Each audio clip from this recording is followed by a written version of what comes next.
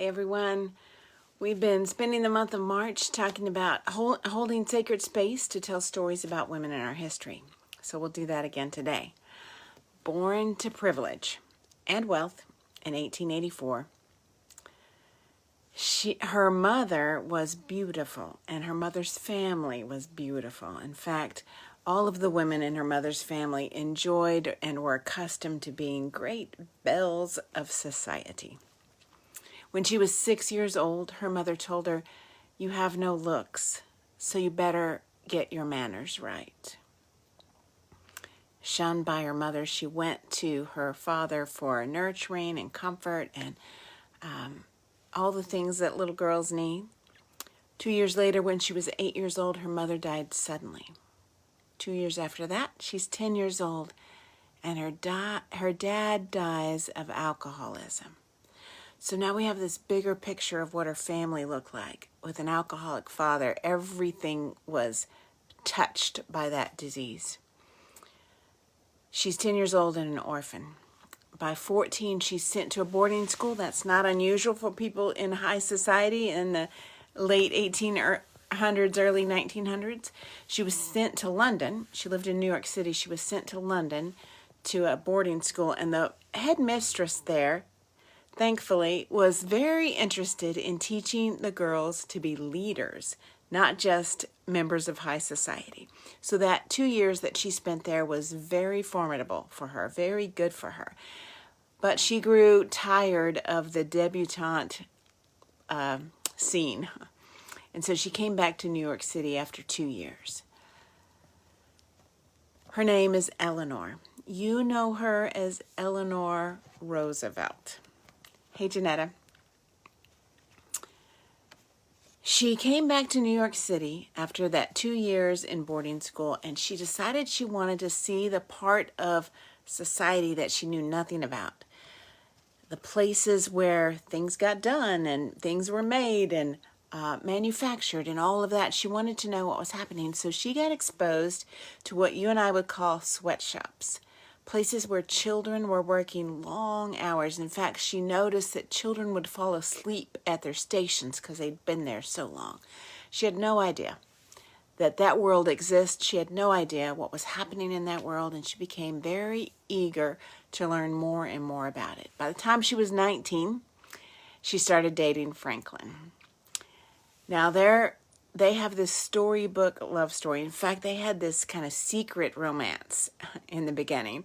And eventually his mother discovered it and was not pleased. So she sent to Franklin overseas on a trip to Europe, hoping to cool down what was between them, but it didn't work.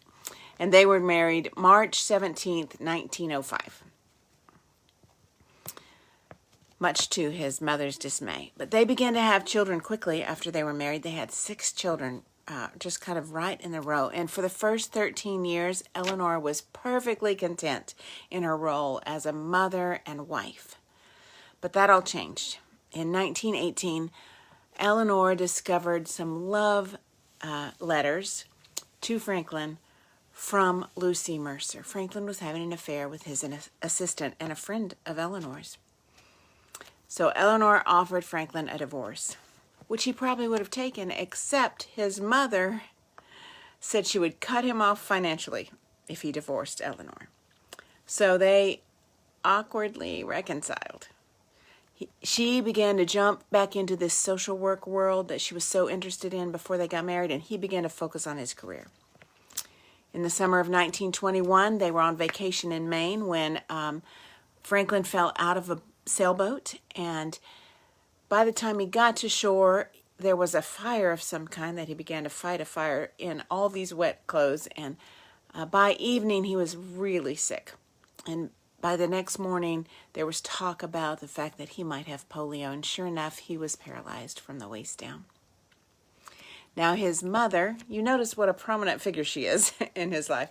His mother very much wanted him to quit public service, quit his public life, to pull out of anything that he had done. He was a lawyer. He was all kinds of things. She wanted to pull him out of that. But Eleanor really disagreed with that and had learned to be vocal. And so she began to help Franklin rehabilitate. He couldn't even sit up in the beginning. She began to help him rehabilitate, get to where he could walk with braces. She kept his public service career alive. She helped him, kind of rejuvenate all of that. And after this illness and this rehabilitation, once again, Franklin had an affair with Eula Hond, who was another kind of assistant on his team. She quickly became a kind of junior wife, for lack of a better term. And at that point, Eleanor and Franklin began to live separate lives. They did public appearances together. They did partner in change and in the good work that they wanted to do, but they were no longer intimately connected. By the time FDR became president, you already know the nation was in quite a state. There was widespread hunger. This statistic boggles my mind. 1.5 million people were literally abandoning their homes. They couldn't afford them. They were literally abandoning their homes. So there were 1,000 either evictions or foreclosures a day when FDR took office. So Eleanor began to tour the country. She began to meet with the people. She began to talk to them. She began to understand what's happening, what are you experiencing, what do you need, and she would report back to the White House. So the people learned that this particular First Lady was going to be very different from any predecessor that had gone before her. She was hands-on. She cared about what was happening. She cared about their experience. She fought for them. And when FDR needed someone to explain to the people his policies or his plan, Eleanor went to the radio and she began to explain to the public. So she was more of a public figure than any previous First Lady, and she had her own staff, which had never happened before. She held her own press conferences. She traveled around the world. None of that had happened with a First Lady before. She insisted on an all-female press corps, and she would give those female journalists little tidbits about the White House that their male colleagues weren't getting, which kept their careers alive. She literally saved jobs for female journalists. She went about the country investigating the status of social welfare operations. She exposed some really ugly things and made the government move in some areas that they wouldn't have moved in if she hadn't been involved. And she really just seemed happiest when she was helping people who couldn't help themselves. At one point, FDR asked her to visit the troops on the front line, and she was very happy to do that. And she traveled 25,000 miles, much of her days spent walking. It was said that she lost 25 pounds on that trip. And she did all kinds of little things that made huge impacts. Like one time she got in an aircraft with a pilot who was a black man and went up in this military plane with him. The black pilots at that point had not been able to fly in missions. But after the First Lady, Eleanor Roosevelt, went up in a plane with them, they began to launch their careers as military pilots. She did all kinds of things like that were just putting a focus on the need for equality. Her press corps was overheard literally praying that God would give Eleanor one day when she was tired. She apparently never got tired, and they ran their legs off to keep up with her. Well, you know that FDR died of a massive stroke, and a year after his death, President Truman appointed Eleanor to what was the newly formed UN, and she was most proud of the work she did in the UN. She felt like what she did to protect human rights around the globe was her biggest accomplishment. And it wasn't until her late 70s when she finally slowed down her schedule, kind of took a slower pace on things. So those journalists never got their prayers answered. But here's what I think is most significant about Eleanor's story. You and I look at her and we think she had an easy life. We look at her and we think, man, she was born with everything. She was a girl born with a silver spoon in her mouth. But yet when we pull the curtain back on her life, what we discover is this painful childhood full of rejection and abandonment.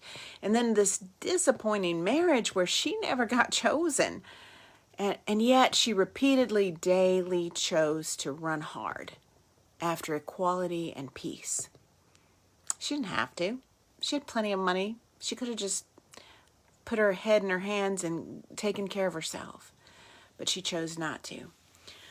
So I keep thinking, when you and I think we're disqualified for some reason, because of our childhood, because of our marriage, because of something, we feel we're disqualified. Hey, remember Eleanor. She ran hard after the things that were important to her. So we're not disqualified. Run hard after what you've been shaped to impact. I'm Michelle Gooch with Life by Design. I'm here Wednesdays at 1 and in March telling stories of women in our history.